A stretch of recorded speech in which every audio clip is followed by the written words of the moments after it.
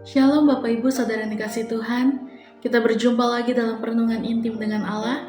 Pada hari ini, hari Minggu tanggal 12 Juli 2026, kita akan mendengarkan dan merenungkan sebagian daripada firman Tuhan yang bertemakan kehancuran dan pembebasan.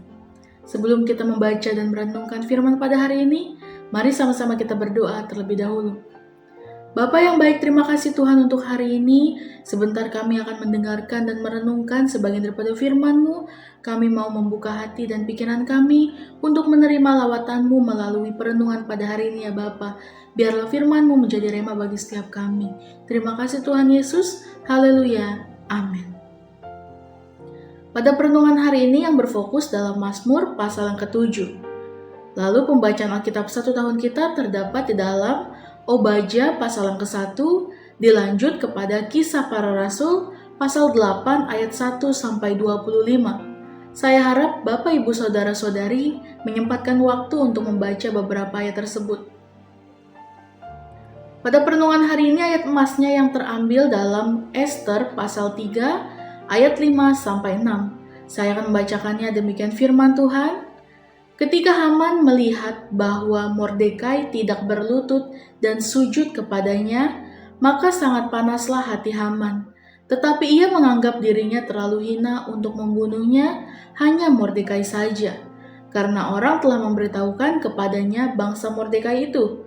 Jadi Haman mencari ikhtiar untuk memusnahkan semua orang Yahudi, yakni bangsa Mordekai itu, di seluruh kerajaan Ahasiweros.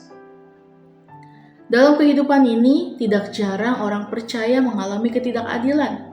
Ada kalanya kita difitnah, disalahpahami, bahkan menjadi sasaran kebencian tanpa alasan yang jelas.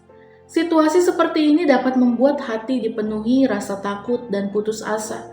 Namun firman Tuhan mengingatkan bahwa di balik setiap rencana jahat manusia, Allah tetap memegang kendali atas sejarah dan kehidupan umatnya. Mazmur 7 merupakan doa Daud ketika ia menghadapi tuduhan dan ancaman dari musuh-musuhnya. Daud tidak memilih membalas kejahatan dengan kejahatan.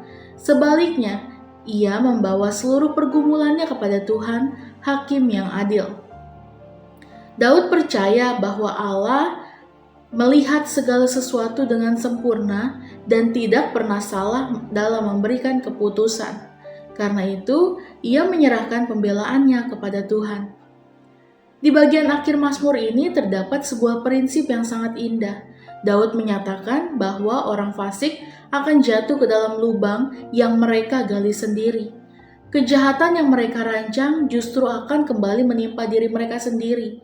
Pesan ini menunjukkan bahwa Allah sanggup membalikan keadaan. Apa yang direncanakan untuk menghancurkan umatnya dapat diubah menjadi jalan kemenangan bagi mereka yang berharap kepadanya. Prinsip inilah yang nyata terlihat dalam kisah Ester. Haman dipenuhi amarah karena Mordekai tidak mau sujud kepadanya. Kesombongan dan kebenciannya membuatnya tidak hanya ingin membunuh Mordekai, tetapi juga memusnahkan seluruh bangsa Yahudi. Rencana itu tampak begitu sempurna.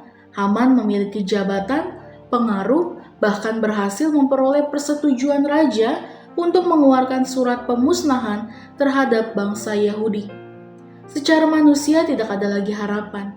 Namun, Allah bekerja secara diam-diam melalui berbagai peristiwa yang tampaknya biasa.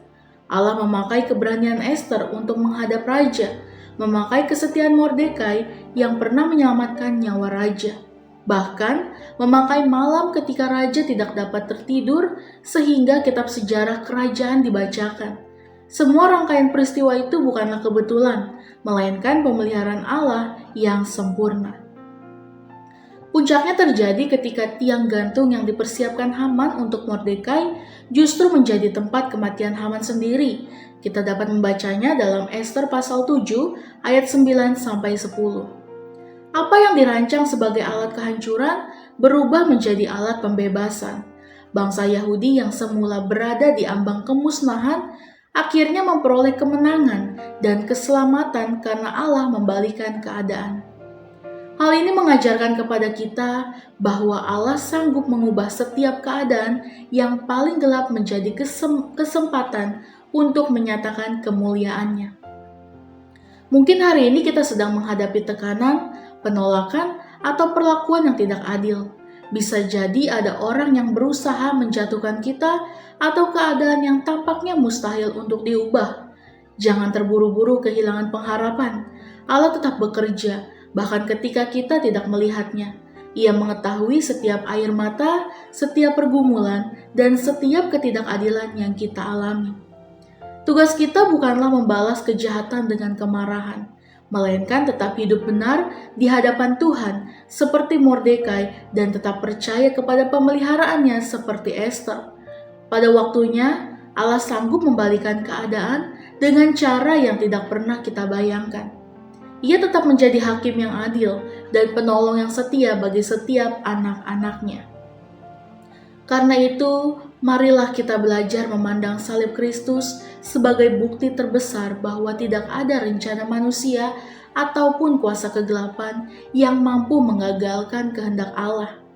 Ia juga sanggup mengubah setiap pergumulan yang kita hadapi menjadi kesaksian tentang kasih dan kuasa-Nya. Tetaplah berharap kepada Tuhan, sebab di tangan-Nya kehancuran dapat diubah menjadi pembebasan, dan air mata dapat diubah menjadi sukacita. Refleksi kita pada hari ini, apakah saat ini ada keadaan yang membuat kita merasa seolah-olah tidak ada jalan keluar? Percayalah, Allah mampu mengubah apa yang tampak sebagai kehancuran menjadi jalan pembebasan bagi orang yang tetap berharap kepadanya. Amin. Mari kita sama-sama berdoa. Bapa yang baik, terima kasih Tuhan Yesus untuk perenungan pada hari ini ya Bapa. Terima kasih karena Engkaulah Allah yang berdaulat atas segala keadaan, atas segala kehidupan kami. Ajar kami untuk tetap percaya ketika menghadapi ketidakadilan dan pergumulan hidup kami ya Bapa. Tolong kami agar tidak membalas setiap kejahatan dengan kejahatan, tetapi menyerahkan hidup kami kepadamu ya Bapa. Biarlah kami selalu mengingat bahwa melalui salib Kristus, Engkau telah menunjukkan kemenangan yang sempurna.